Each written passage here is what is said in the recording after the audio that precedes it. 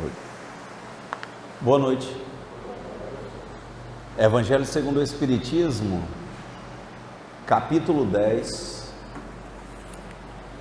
Bem-aventurados aqueles que são misericordiosos. Item 16. Comentário dos Espíritos.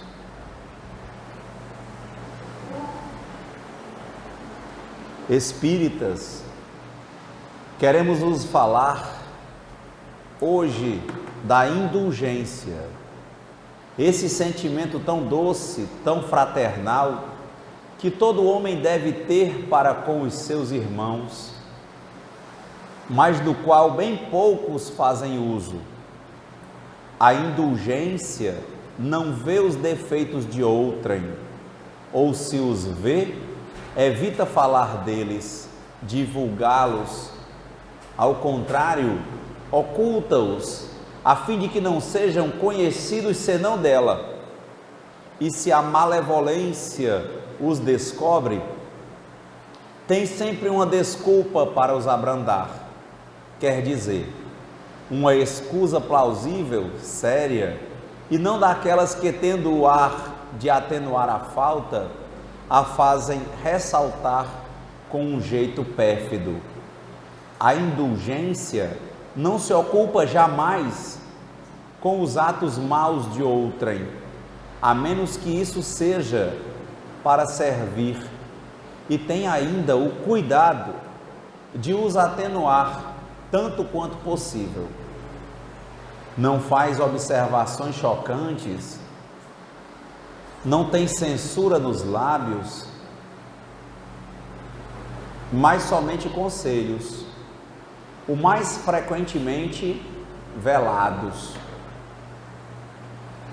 Quando criticais, que consequências se deve tirar de vossas palavras? É que vós que censurais, não teríeis feito o que provais e reprovais, e valeis mais do que o culpado? Ó homens, quando, pois, julgareis os vossos próprios corações, os vossos próprios pensamentos, os vossos próprios atos, sem vos ocupardes do que fazem os vossos irmãos? Quando não abrireis os vossos olhos severos, senão sobre vós mesmos? Sede, pois, severos para convosco, indulgentes para com os outros. Pensai naquele que julga em última instância, que vê os pensamentos secretos de cada coração, e que, por conseguinte, desculpa as faltas que censurais, ou condena o que desculpais, porque conhece o móvel de todos os atos. E que vós, que proclamais tão alto anátema, tenhais talvez cometido faltas mais graves. Sede indulgentes, meus amigos, porque a indulgência atrai, acalma, reergue, ao passo que o rigor desencoraja, afasta, irrita. Pelo Espírito José, um espírito protetor, psicografado em Bordeaux, 1863. Interessante para nós hoje uma reflexão sobre o Evangelho, que a doutrina espírita, ela recomenda que nós façamos o Evangelho. Alguns espíritos dizem que quando uma pessoa abre o Evangelho no lar, todo o quarteirão se ilumina. E é muito interessante, porque o Evangelho, apesar de ele estar aqui sendo comentado, parecendo que está sendo comentado para todos, mas o Evangelho é para cada pessoa. Muitas vezes as pessoas vão fazer o evangelho, nós vamos fazer o evangelho no lar, e quando a gente vê, a gente está fazendo um DR, falando da vida do filho, da mulher, do menino, e o menino da filho da vida do pai, e a mulher da vida do marido, como se o evangelho fosse feito para a gente usá-lo como uma palmatória para bater nos outros. E é sempre relevante que nós façamos o evangelho compreendendo que quando a gente abre o evangelho a esmo, aquele texto que vem não é casual, e aquele texto é para nós, ele tem uma mensagem para quem está lendo ou ouvindo. E o comentário tem que ser aplicado a nós. Antigamente aqui no Ceará, quando nós nos feríamos, a gente jogava água oxigenada. Se tivesse limpo, não doía nem fervia.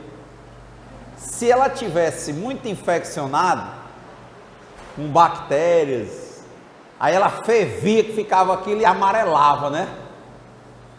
Então o evangelho é essa água oxigenada, aquela de 20, 30 volumes, que a gente joga na ferida do nosso espírito, e se ele tiver impurezas, vai ferver, e se ele tiver limpo, é como jogar uma água normal, parece um creme, mas impressionantemente, a nossa mania de fuga, a nossa mania de transferência de responsabilidade, a nossa mania de apontar o dedo, não seguimos o lema de viva e deixe viver, faz com que a gente desvirtue muitas vezes até o evangelho, para usar o evangelho para falar dos outros. Julgar, condenar, quando nós deixamos de nos observar, nós temos que aprender a nos observar, também sendo indulgentes, sem nos julgarmos nem nos condenarmos. A gente tem que aprender a nos conhecermos, aí a partir daí olhar para nós sem julgamento ou condenação, mas com as lentes do evangelho. E o evangelho fala de indulgência. Se eu consigo enxergar o amor em mim, eu consigo amar o próximo. Se eu consigo me observar sem me julgar nem me condenar, mas simplesmente com o interesse de me compreender, me acolher, me conhecer, para que eu possa me resolver, aí eu vou poder fazer tudo isso com o próximo. Mas se no momento do evangelho, por exemplo, eu estiver pensando no Renato, na postura do Renato, na postura de quem está escutando comigo, e o Renato pensando no que cada um está pensando, o Renato vai estar perdendo uma grande oportunidade de se conhecer, para que ele possa melhor escolher e melhor crescer, já que a finalidade de uma encarnação é a evolução. Platão dizia, a maior prova de amor que você pode dar a alguém é você amadurecer, você crescer. Então é uma grande oportunidade de tirarmos as máscaras que nós nos acostumamos a usar para os outros, lavarmos o nosso espírito e jogarmos, sem medo, a água oxigenada. Se ferver, que bom, está limpando algo negativo. Mas que a gente também não pode dizer, é negativo, é positivo. Quem vai dizer é a água. Quem vai dizer é o evangelho. Quem vai dizer é a nossa compreensão. E é a partir daí que a gente casa o evangelho da indulgência, que é para ser, ele fala até isso, né? Sede severos para convosco e indulgentes para com os outros. Mas é interessante, qual é a severidade que nós compreendemos que nós temos que ter conosco? é a severidade para nós termos atenção, é a severidade para que nós possamos nos observar sem nos julgarmos nem nos condenarmos, para primeiro a gente poder se enxergar com plenitude, possamos nos conhecer, sabermos em verdade quem nós somos, e aí pegarmos o Evangelho que vai dizer: conhecereis a verdade e a verdade vos libertará. Mas eu tenho que me conhecer. Lembrando que me conhecer, me observar sem me julgar nem me condenar, não quer dizer que eu estou me alimentando em lados positivos ou negativos. Eu tenho até que abandonar isso. Eu tenho que primeiro ver que todo ato que eu passei a vida julgando como errado e as pessoas julgando e condenando como erro, ele é um efeito que tem uma causa, e quando eu me observo, eu vejo a causa. Na hora que eu vejo a causa que estava latejando e gerando esses efeitos, que muitas vezes eram erros, que geravam pensamentos obsessivos, que geravam ações compulsivas, na hora que eu dou luz na causa, impressionantemente o efeito some ou arrefece. Ou seja, quando eu dou luz em mim, eu começo a perceber, por exemplo, como disse Jesus no livro Boa Nova, psicografado pelo irmão X, aliás, ditado pelo irmão X e psicografado pelo Chico Xavier, quando os apóstolos foram falar das pessoas que criticavam Jesus, foram falar para Jesus, e Jesus disse: Pedro, as pessoas antes de más, elas têm medo. Já pensou se nós pudéssemos fazer o Evangelho, ou pudéssemos manter a atenção, ou pudéssemos fazer o Evangelho para que nós fôssemos rigorosos quanto à nossa atenção, a nosso respeito, não para nos julgar ou condenar, mas para a gente não fugir, para a gente enxergar bem, botar uma luz bem forte, identificar causas dentro de nós, e quanto mais luz a gente colocar, é como mais água oxigenada colocar, e trocar água vai limpando, como a cebola, vão aparecendo mais camadas mais profundas. E será que lá dentro dessa cebola, lá dentro de nós, o que está fazendo a gente ficar insatisfeito, ter pensamentos obsessivos, ter atitudes compulsivas, será que não é medo, Sérgio? Será que se nós enxergássemos o nosso medo com sinceridade, naturalmente nós não seríamos indulgentes? Naturalmente nós não deixaríamos de criticar o outro? E naturalmente nós deixaríamos de dar vazão a diversos efeitos que nós não gostamos, defeitos de caráter que nós nos acostumamos, porque nós sempre também tivemos o maior medo de nos conhecermos, porque na verdade nós somos crianças para Deus, e somos adultos que não resolveram os problemas desde criança, que são crianças feridas, que não precisam de castigo, mas que precisam ser acolhidas e amadas como vasos de amor.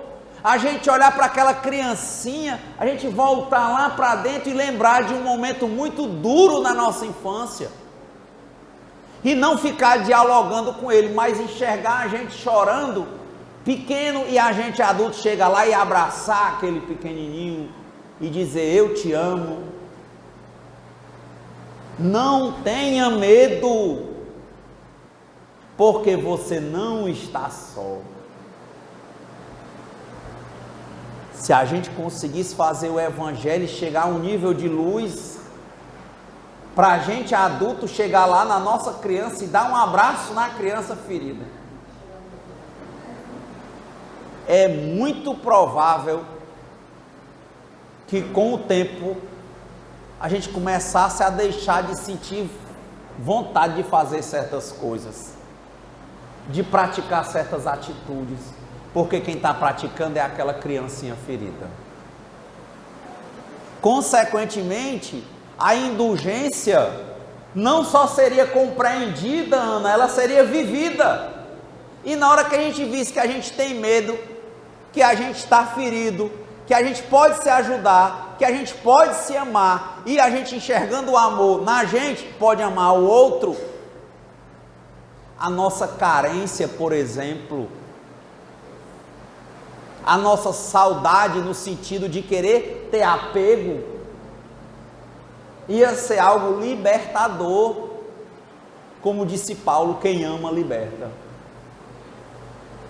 Como disse o Cristo, Pedro, os homens antes de maus, eles têm medo, Pedro. O Bhagavan Rajneesh, conhecido como Osho, tem um livro sobre emoções. Ele diz que toda raiva é uma manifestação do medo. E quantas vezes nós ficamos com raiva por dia, estouramos com as pessoas, machucamos as pessoas, temos vergonha de fazer isso e não temos coragem de assumir. E ficamos nos movimentando, nadando na lama dos efeitos, quando nós poderíamos jogar a luz nas causas. Se a gente enxergasse que é o nosso medo que faz a gente ter apego, que é esse apego que faz a gente querer segurar o fluxo das coisas, não aceitar que nós crescemos, nos desenvolvemos e nos transformamos. Por que que no dia de Natal, muitas pessoas têm que chorar lembrando do pai, da mãe, da avó que morreram, ao invés de lembrarem com alegria e olharem para frente, entendendo, como dizem os Espíritos, que a morte não existe, mas que a transformação ela é necessária. Por que que nós temos que viver apegados ao passado? Por que que nós devemos e ficamos sempre querendo imaginar o futuro com base em experiências do passado? E por que que nesse jogo entre passado e futuro a gente deixa de viver e ver a beleza do presente? Que apego é esse? Ai, porque se eu me soltar dessas coisas, eu vou me despersonalizar, pois abandone a personalidade. Abre a mente, se liberta, se acolhe e levanta e anda. Quem ama, liberta.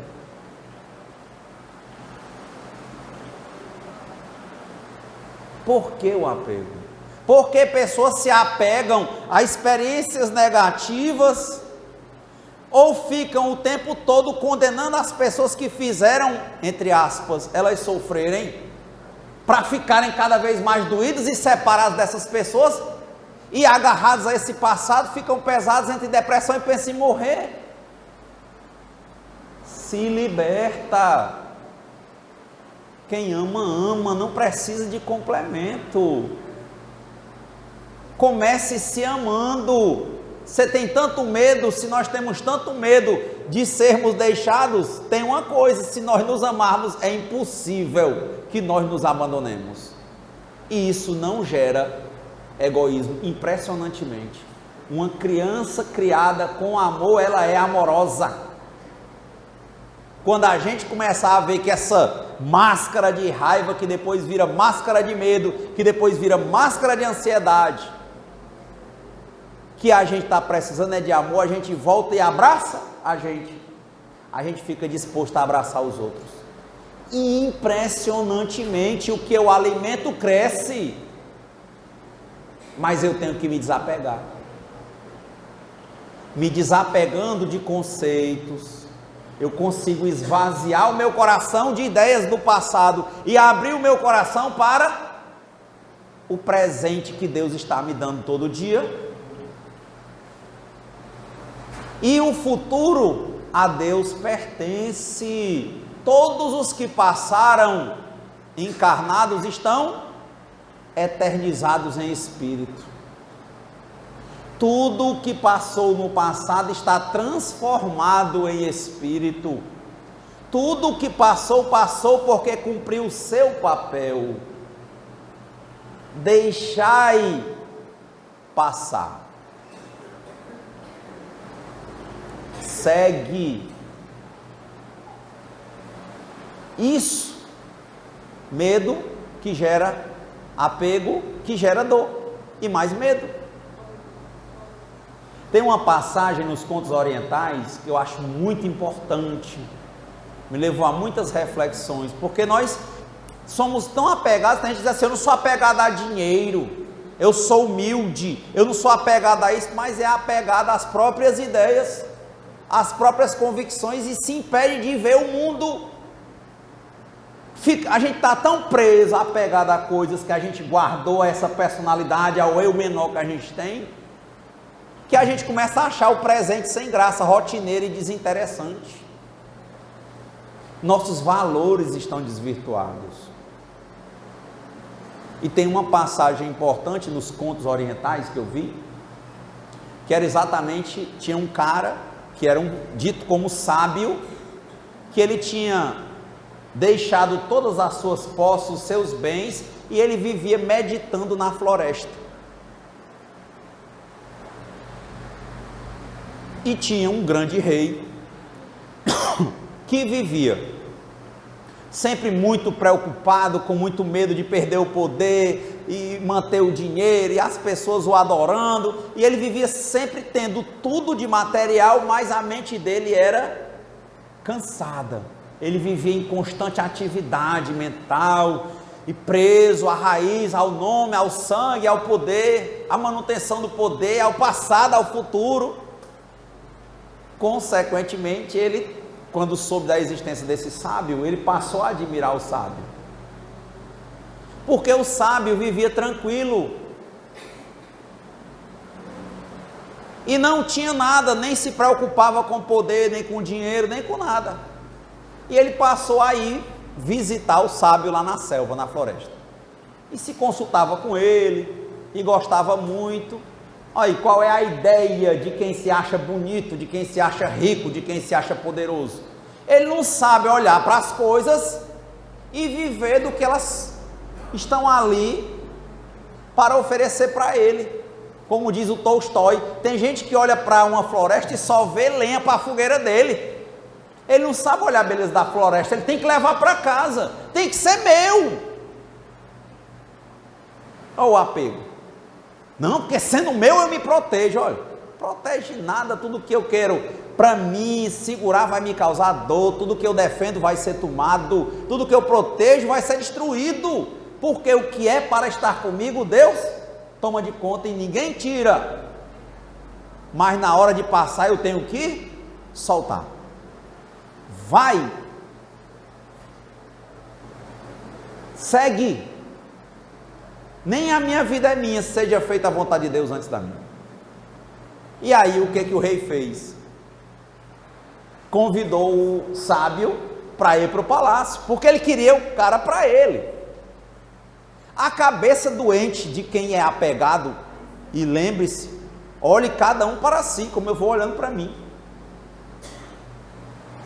Ele ficou logo pensando, né? Eu acho que ele, olha como a gente fica pensando em futuro. Eu acho que ele não vai querer ir para o palácio. Eu vou chamar, mas acho que ele não vai querer ir, não. Aí ficou pensando, não vai, porque ele é um sábio, como é que ele vai querer as riquezas do palácio? Aí ele foi. Quando ele chegou para o sábio, disse, olha, eu quero que o senhor vá para o palácio. Aí o sábio, ele pensou que o homem ia dizer não, né? Aí o homem disse, e aí ele já ia com outra proposta, né? Aí o homem só fez olhar para ele e disse, bora, cadê a carruagem, as roupas boas para me levar? Aí ele ficou, ixi, então esse cara não é um sábio, esse cara queria me enganar, ele estava aí se fazendo de pobre porque queria fazer o rei de besta para ficar rico, olha como é a nossa cabeça. Olha o medo que faz a gente fazer besteira, pensar besteira, fazer tempestade em copo d'água, perder a oportunidade, deixar de viver, porque que a gente quer as coisas para nós, só que nada é nosso, tudo é passageiro.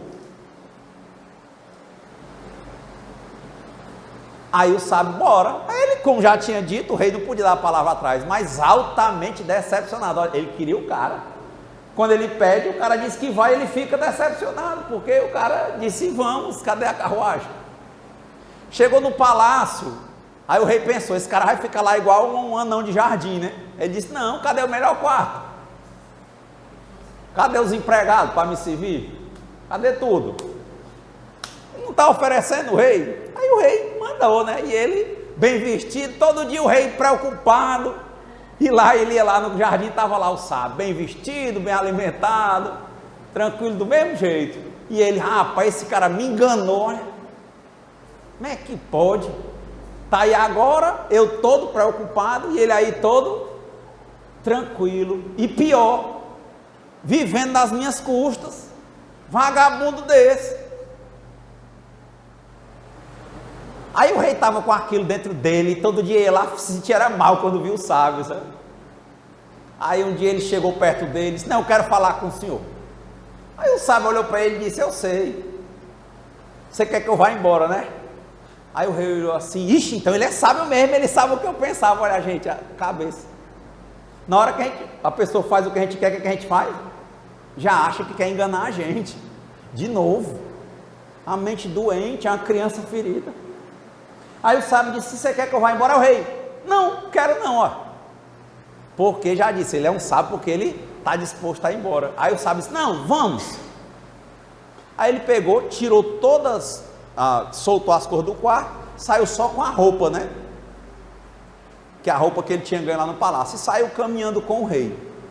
Foram andando, quando chegou na divisa, que entrava no outro reino, o sábio deixou o rei assim, só fez, fica bem aí. Ele passou a divisa, tirou a roupa e ficou só de cueca, como ele usava, né? Pegou as roupas e disse assim, ó, vai, leva as tuas coisas. Sem orgulho, sem nada. Simplesmente entregou. Aí o rei, não vai embora. Ele disse, você quer, o senhor vai me ensinar alguma coisa? Então, ao menos, ele disse, vou te mostrar. Sabe qual é a minha diferença para você? É que eu sei viver tendo as coisas e não tendo nada. E de todo modo eu aceito e sou feliz. Pode levar suas coisas.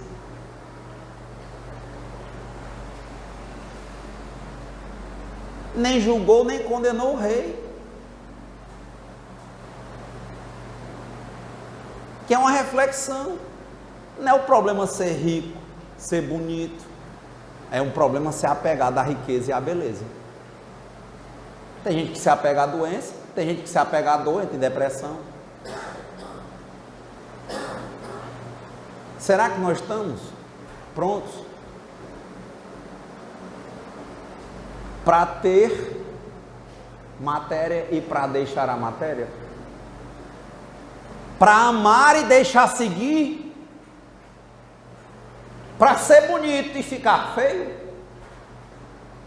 Se é que existe feiura, mas no sentido de padrão de beleza de juventude e terceira idade.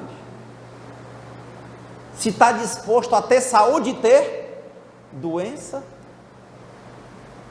de ter um filho e ver ele desencarnar, de ter um pai e aceitar que ele vá e siga o curso, de ter as alegrias do palácio, e na hora que o dono disser, eu quero de volta, a gente simplesmente dizer, muito obrigado, pode levar o que é seu, e eu sigo com o que é meu, só tenho eu. Mas por que nós não fazemos isso? Por que nós somos como o rei? Quer ver uma pergunta? Quem se identifica com o rei?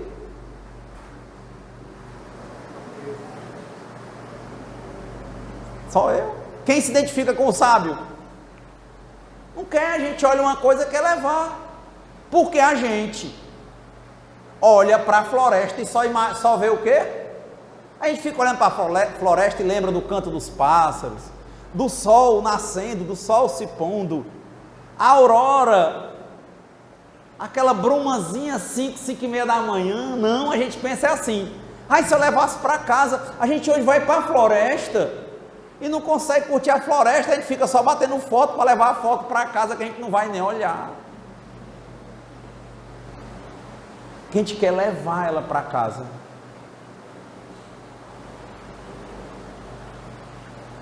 É lógico que a gente não está amando, que a gente não está vendo amor, mas que o nosso medo da nossa criança está fazendo a gente querer o quê? Para a gente, o que não é nosso. Vive cantando a música, tudo é do Pai, né? Toda honra, mas na hora pega. É assim, a riqueza, Pai, é meu. Nunca dá ao Pai a riqueza. A saúde, nem se lembra de Deus. Agora adoeceu, aí a doença você dá ao Pai. Ô Pai, me cura. Ô Pai, me arruma um emprego. Ô Pai, protege o que é meu, abençoa meus investimentos. Não é assim?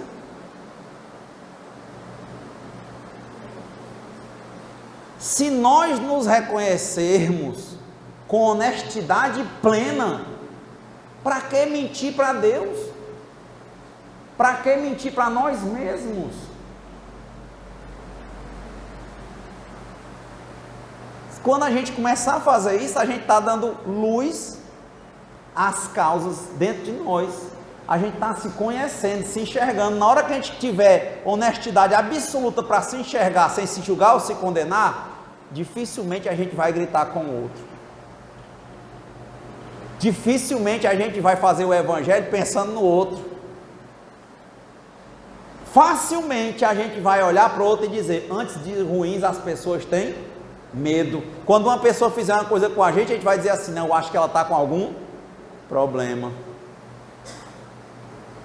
Por quê? Porque eu sei, eu tenho, por que ele não tem?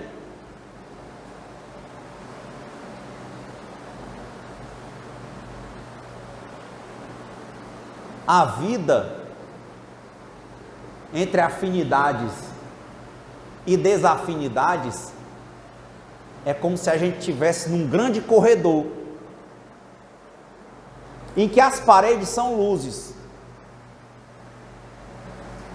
e fora das paredes você tem várias energias negativas, densas, pesadas, e a gente pode ir só seguir o corredor. Quando a gente vai distraído, a gente sai da estrada dos tijolos amarelos e entra e começa a se misturar com essas outras energias. E se perde lá. Aí no dia que está muito pesado para se movimentar, porque vai pregando, a gente quer voltar para o caminho, o corredor. Aí perdeu um tempo, né?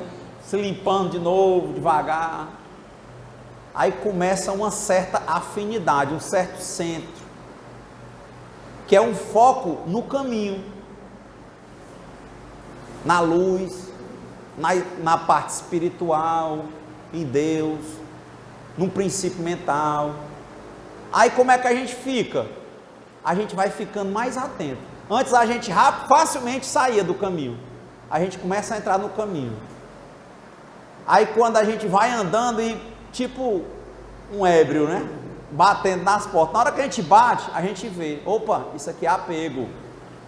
Aí a gente olha assim, não quero não, aí volta, isso aqui é medo, não precisa ter medo não, Deus está comigo. Aí começa a ver, se bate e não sai, aí vai não saindo. Ele começa a perceber onde é que está a causa que ia levar ele para um efeito de erro, e ele começa a não ir mais, ele começa a gostar do caminho bom. do caminho livre e vai se percebendo. Ele está parado aqui, ao invés dele fugir pela bebida, pelo álcool, pelas drogas, pelo sexo desvirtuado, pelo relacionamento possessivo, ao invés de ser algo libertador. Na hora que ele toca na parede, ele lembra, insatisfação. Aí ele para e olha, eu estou insatisfeito com o quê? O que está acontecendo? Aí ele para e começa a se olhar. Aí ao invés de preencher com o que está fora, ele começa a se entender. Na hora que ele está se entendendo, ele preenche dentro. Aí volta a andar. Aí vai andando, vai andando, vai andando, vai melhorando. Mas não era tão bom ir lá fora. Era o gosto que ele tinha, era o costume que ele tinha. Quando ele mudou a compreensão, ele depurou o gosto. Aí ele passa a conhecer um gosto diferente e tem coisas que ele deixa de gostar. Por isso ele não tem mais vontade.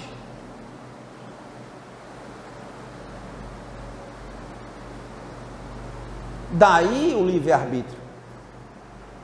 Para usar a inteligência, escolher dentre. Mas para escolher dentre, tem que estar querendo ver que existe um caminho no meio.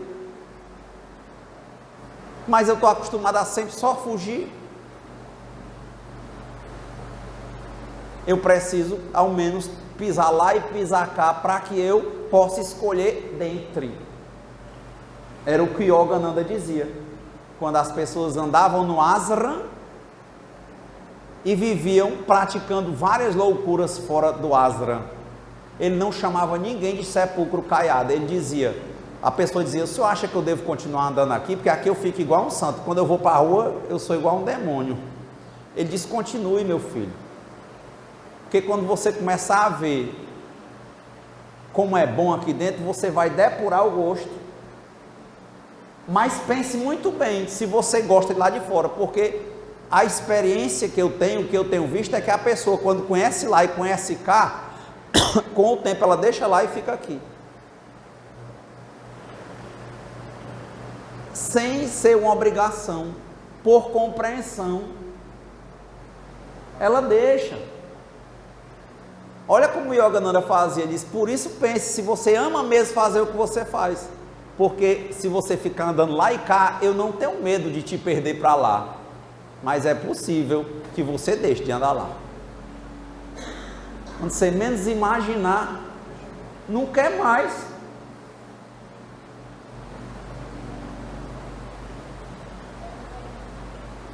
O cara que toda vez que ele vai se divertir, ele usa droga, bebe e vai para o som. É assim, né? Porque o cara não escuta. Quem já foi para a festa aqui que o som é muito alto, a gente começa a conversar, quem é que fica prestando atenção às músicas? A banda toca 5 horas, talvez a gente lembre de 2 músicas. É porque a gente estava ali para fugir.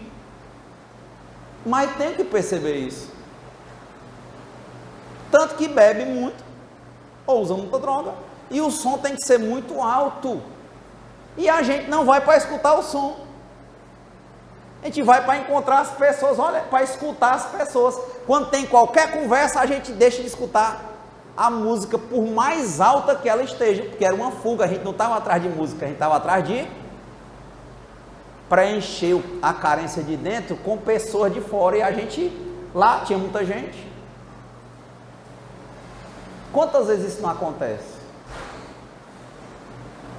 Mas se eu não entender que isso acontece comigo, aí eu vou olhar para os outros e vou dizer, olha aí, esse bicho não quer nada ali, só quer... Como? Se ele é tão carente quanto eu.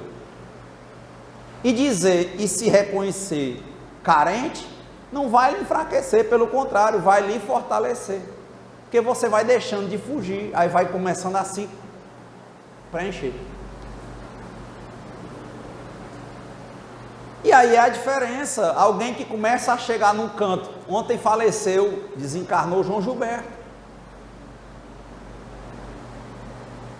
João Gilberto amava o rei do rádio, Orlando Silva, que cantava com uma voz que o microfone não era bom, ele tinha que gritar e a voz não sair do tom. E o João Gilberto não tinha voz para isso.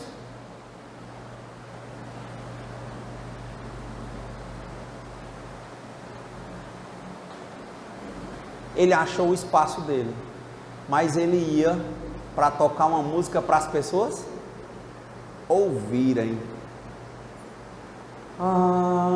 Insensatez. Assim. O pessoal começasse a conversar, ele saía. Não quero me ouvir, não? Tchau. Depurar o gosto.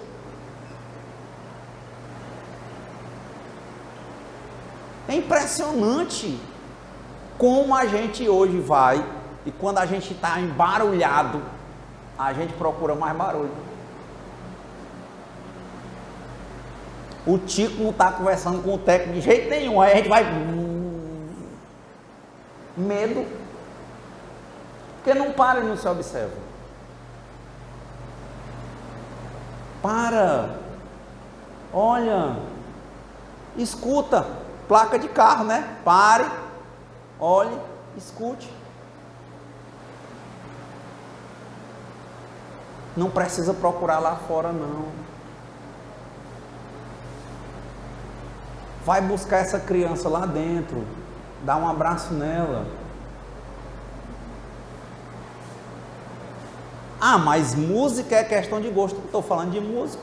Eu estou falando é de o que for fazer, fazer. Se é para ir ouvir música, vai ouvir música. Mas a gente percebe que vai para a festa, não é para ouvir música. Uma festa de música, paga caro pelo cantor, mas não é para ouvir música. Porque o nosso gosto não está depurado, Marcos. É por isso que tem gente que tem carência e entra no bonde do relacionamento, não sabe estar consigo. Num pula o outro, pode ser qualquer um, que é uma doença, que vem do medo, que vem do apego. Deixa um, pega outro, deixa o outro, pega gordo, magro, preto, branco, doente, sadio, doido, pega do jeito que for. Porque na verdade é um buracão que tem lá dentro, que é a causa de tudo isso, que a gente não quer parar para se ver. E o costume é ficar fugindo, porque na hora que a gente pula no outro relacionamento, a gente passa um tempo ocupado para entender como é a passada do outro. Não é assim não? A gente não leva um tempo para se adaptar? É impressionante. Aí depois que se adapta, deixa. Por quê? Porque agora eu já sei conviver com ele, eu quero outro. Porque a minha mente, eu quero barulho, Ana. Eu não quero sintonia. Não quero. Quero barulho. Porque eu tenho barulho. De novo, se eu não me tenho amor, como é que eu vou amar? Se eu não me dou atenção, como é que eu vou dar atenção a ninguém? Sabe, parar e ter uma percepção se o que está acontecendo com a gente está indo falar com alguém é por carência ou porque a gente gosta de verdade. Eu tenho quase certeza que quando vocês fecharem os olhos durante a mediúnica e pensarem nisso, se às vezes que você vai na casa da sua mãe ou na casa do seu filho, quantas vezes você foi para lá porque você estava carente e abraçou ele e usou o filho e a mãe? E que tem gente que tem medo até de pensar nisso, que diz assim, então não vou mais me relacionar com ninguém. E é o contrário, é a mente querendo enganar a gente para a gente não se acolher. Se acolha, que aí você vai encontrar a sua mãe porque ama, não por necessidade. Você vai encontrar o filho porque ama, não por necessidade. Mas pensemos que quando a gente busca alguém para preencher um vazio de dentro de nós, essa pessoa não preenche, o que dá é barulho e a gente fica se acostumando ao movimento, à atividade de ir até lá, aguentar umas coisas, depois fica monótono e a gente volta. E quando a gente está resolvido, a gente senta perto das pessoas só para tomar um mero café, ou só para ficar perto. E gosta. A gente lembra, mas não sente falta. Como assim? Porque a pessoa já está com a gente. De novo, a gente está olhando para a floresta, mas que a floresta fique no canto dela. Eu não vou fazer da floresta lenha para minha fogueira. é insensatez. Será que a gente faz isso? Será que a gente, muitas vezes, quando nós vamos nos aproximar de alguém, ou mantemos alguns relacionamentos, não é porque a gente tem medo de ficar só? Quantas vezes a gente entrou nesse bonde de relacionamento exatamente para acostumar com o passe, depois perdeu a graça, e outros a gente se acostumou e ficou com tanto medo que resolveu ficar ali e não buscar mais? De novo, não se preenche o espírito com a matéria. Mas Renato, o evangelho sobre indulgência, eu disse, como é que eu posso ser indulgente se a questão de criticar o outro só acontece porque eu não me enxergo? Eu não quero aceitar que quando eu aponto um dedo por outro, 3 dedos ficam apontados para mim. Que eu estou vendo um defeito grande no Sérgio é porque ele é imenso dentro de mim, Sérgio. E é impressionante que os taoístas, 600 anos antes de Cristo,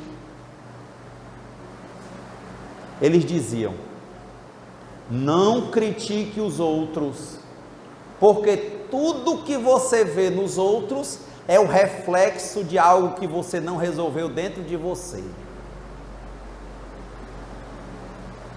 Isso é indulgência.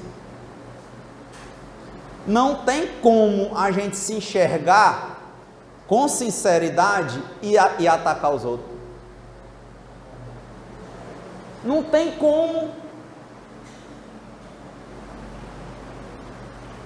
Por que Alcoólicos Anônimos dá certo? Porque ali o cara vê que junto, que ele não está só, e que um monte de gente pensava o que ele achava que estava pensando sozinho. Ele se identifica e o outro tende a entendê-lo. Por quê? Porque sabe que o que ele faz, ele também faz ou é capaz de fazer. Por que Narcóticos Anônimos funciona? Porque o cara que nunca teve adicção à droga, ele vai ter muita dificuldade de entender o que aquele cara está passando, porque ele não faz porque ele é ruim, mas ele faz porque ele está doente.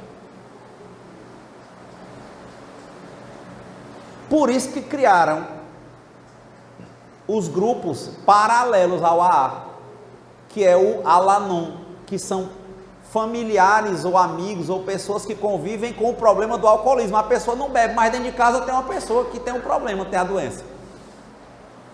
Aí a pessoa vai começar a entender que é uma doença incurável, progressiva, de efeitos fatais, que antes de matar desmoraliza. Que o bebo tem vergonha, mas que dentro daquele ébrio tem um ego, que é uma criança morrendo de medo. E ao invés de ser esculhambado, se ele for acolhido com limites, vai deixar fazer o que quer, mas acolhido como uma criança que era para ser acolhida e limitada, ele tende a mudar. Mas é muito difícil para quem não tem o problema.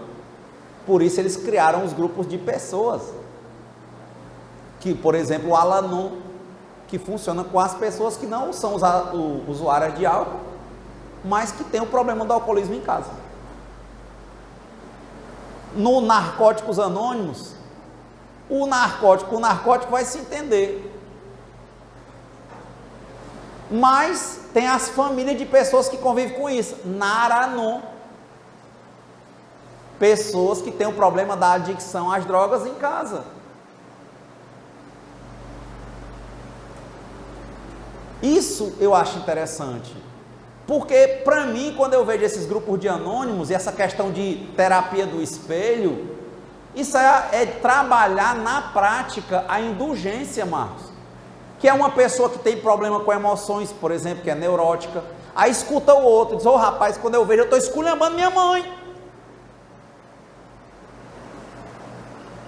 que me ama, e eu não gosto, mas quando eu vejo, eu tenho um problema com emoções. Aí o outro fala, o que você pensa? Eles vão ficar falando, vai fortalecer. Impressionantemente não é. Quando ele se enxerga,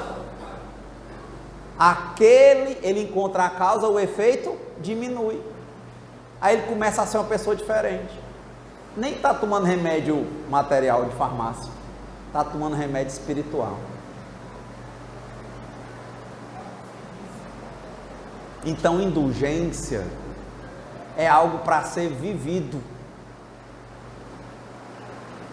Não tem como a gente ter honestidade para conosco e se conhecer e não ser indulgente. É impossível. Mas se a gente quiser viver mascarado, nem tem indulgência, ou a indulgência é forçada, ou então a gente só vai viver falando da vida alheia.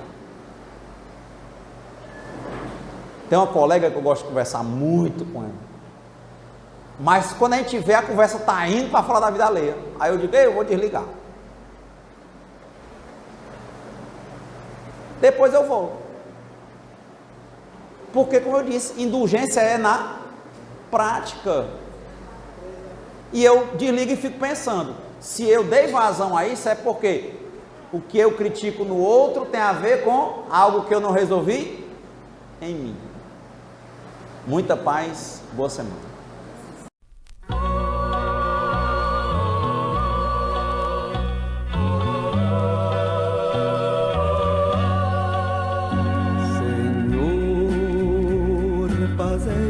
Instrumento de vossa paz, onde houver ódio, que eu leve o amor, onde houver ofensa, que eu leve o perdão, onde houver discórdia, que eu leve a união, onde houver dúvida, que eu leve a fé, onde houver erro, que eu leve a verdade, onde houver desespero, que eu leve a esperança, onde houver tristeza, que eu leve a alegria, onde houver trevas, que eu leve a luz.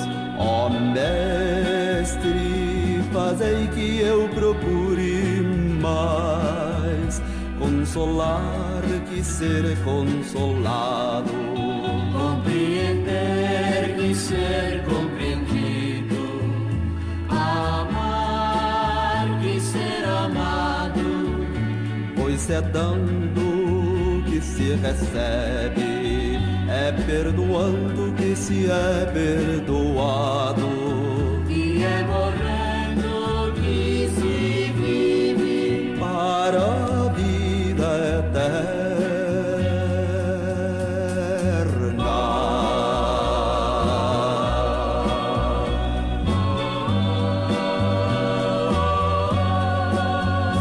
Ó Mestre, fazei que eu procure mais consolar que ser consolado, compreender que ser compreendido, amar que ser amado, pois é dando que se recebe, é perdoando que se é perdoado, e é morrendo que se vive para